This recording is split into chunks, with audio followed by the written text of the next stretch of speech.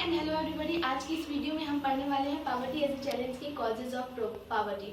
तो वैसे तो गरीब होने के और पॉवर्टी के बहुत सारे कॉजेज हैं, लेकिन यहाँ पे हम कुछ कॉजेज को पढ़ने वाले हैं। पहला जो कॉज है वो है low level of economic development under the British government.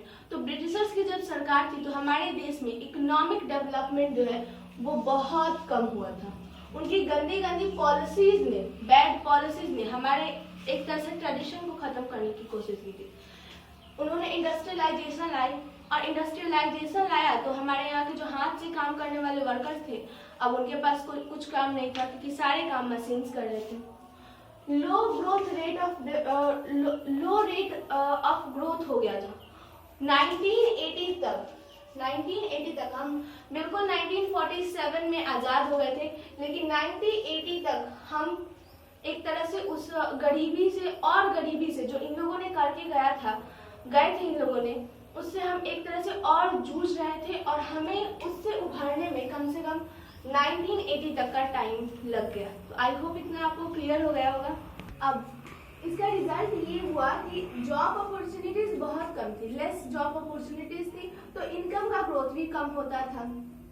और एक तरफ इनकम नहीं आ रही थी तो दूसरी तरफ पॉपुलेशन भी बढ़ता ही जा रहा था। तो एक तरह से हम दोनों तरफ से फेलियर्स का सामना कर रहे थे। ना हमसे पॉपुलेशन कंट्रोल हो रहा था और ना ही हमारा इनकम जो है वो ग्रोथ हो रहा था। दैट मीन्स कि हम ना ही हमारा इकोनॉमिक ग्रोथ हो रहा था और ना ही हमसे पॉपुलेशन कंट्रोल हो रहा था। तो हम एक बोथ साइड से, दोनों तरह से हम फेलियर का सामना कर रहे थे। आई होप कितना आपको क्लियर है। हमने देखा कि एक तरह से हमारे पास इकोनॉमिक डेवलपमेंट भी नहीं हुआ। जब देश आजाद हो गया तो हमने ग्रीन रेवोल्यूशन का कॉन्सेप्ट लाया ताकि थोड़े फार्मर्स को थोड़ा सपोर्ट मिल सके। और जब ये हमने कॉन्सेप्ट लाया तो उस समय हमारे पास जॉब अपॉर्चुनिटी थी, लेकिन इसके बाद हमने देखा कि इसका जो इफेक्ट था वो लिमिटेड था। सारे इंडिया के हर एक पार्ट को इससे फायदा नहीं हुआ। पंजाब, हरियाणा और यूपी के कुछ पार्टों में इसका इफेक्ट अच्छा देखा गया, वहीं नॉर्थ ईस्ट इंडिया वाले साइड में इसका इफेक्ट नहीं देखा गया।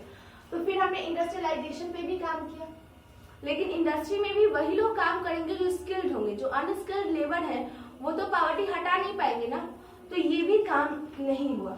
उसके बाद जो लोग गांव से ये सोच के गए थे शहर में जॉब मिल जाएगी, लेकिन जॉब वहां नहीं मिली, तो ये इन लोगों ने रिक्शा चलाना शुरू कर दिया, विंडोज का काम करना शुरू कर दिया, कंस्ट्रक्टर वर्कर्स बन गए, डोमेस्टिक वर्कर्स बन गए। तो एक्सपेंसिव घर तो छोड़िए, ये अपने रोजमर्रा की जिंदगी की जरूरतों को भी पूरा नहीं कर पा रहे थे क्योंकि पैसे नहीं थे।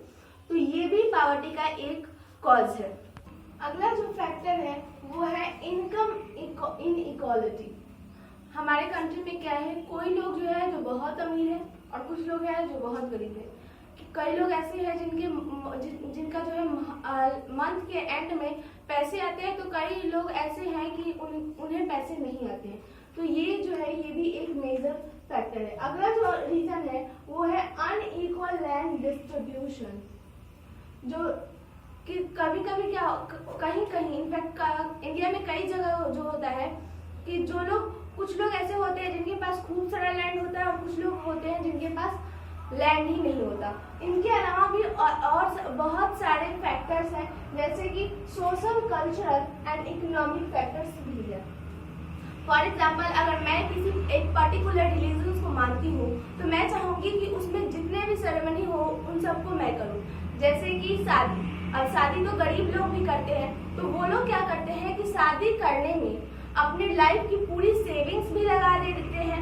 लैंड जो होता है कभी उसको भी बेच देते हैं, लोन लेते हैं, कर्जा लेते हैं, और फिर एक कर्जे को चुकाने के लिए दूसरा कर्जा लेते हैं और दूसरे को चुकाने के लिए तीसरा कर्जा लेते हैं, और इसी तरह वो कर्जे के एक चक्रव्यूह में फंस जाते हैं। तो आई होप इतना आपको क्लियर हो गया होगा कॉजेज ऑफ प्रॉपर्टी।